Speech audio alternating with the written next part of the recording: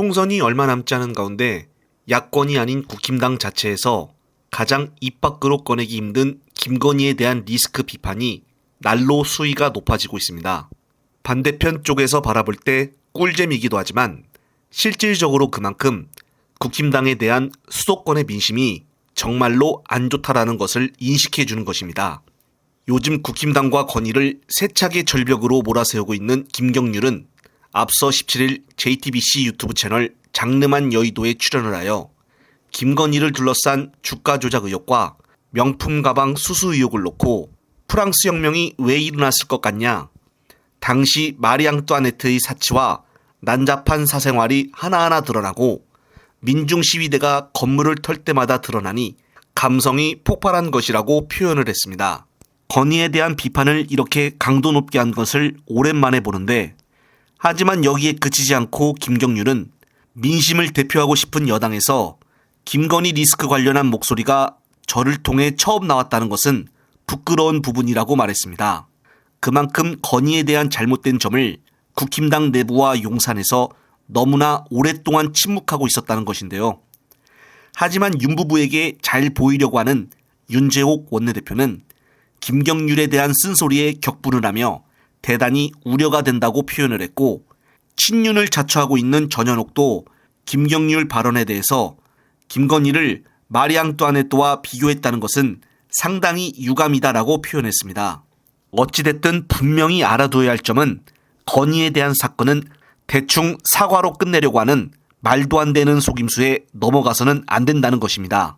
반드시 특검이나 국정조사든 제대로 조사를 하여 국민들이 정확히 알아야 한다고 봅니다. 한편 민주당 마포갑으로 출마를 예상했었던 김빈 전 청와대 행정관이 채널A 뉴스가 뜨고 나서 불출마 선언을 했습니다.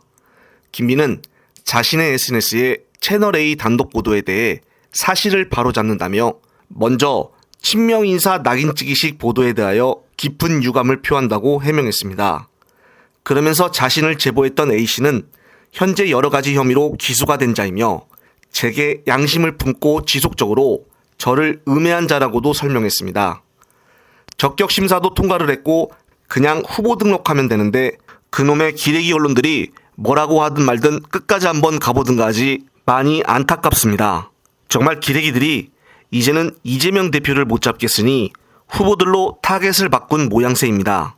선거 때마다 공천 문제로 이런저런 얘기들이 나오는 것은 일반적이지만은 민주당의 경우 조중동이 나서서 사실상 1차 심사를 하고 있다는 말들이 나와 논란이 커지고 있습니다.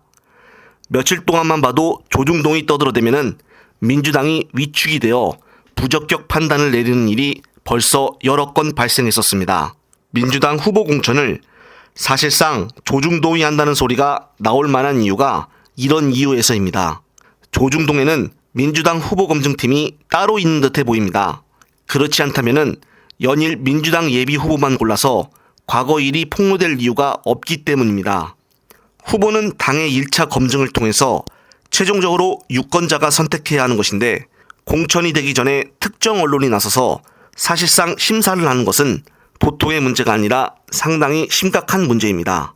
그동안 조중동이 문제 삼은 민주당 예비 후보들을 보게 되면은 비명 송갑석 지역구에 도전을 했다가 출마를 포기한 강 의원, 이상민 지역구에 도전했다가 사실상 탈락한 이경, 윤영찬 지역구에 도전했다가 사실상 탈락한 현근택, 박용진 지역구에 도전했다가 위기를 겪었던 정봉주, 윤재갑 지역구에 도전했다가 탈락한 정희찬 등 앞서 나열한 이름들을 살펴보면은 대부분 비명 지역구에 출마한 친명 후보만 난타를 한 것으로 보여집니다.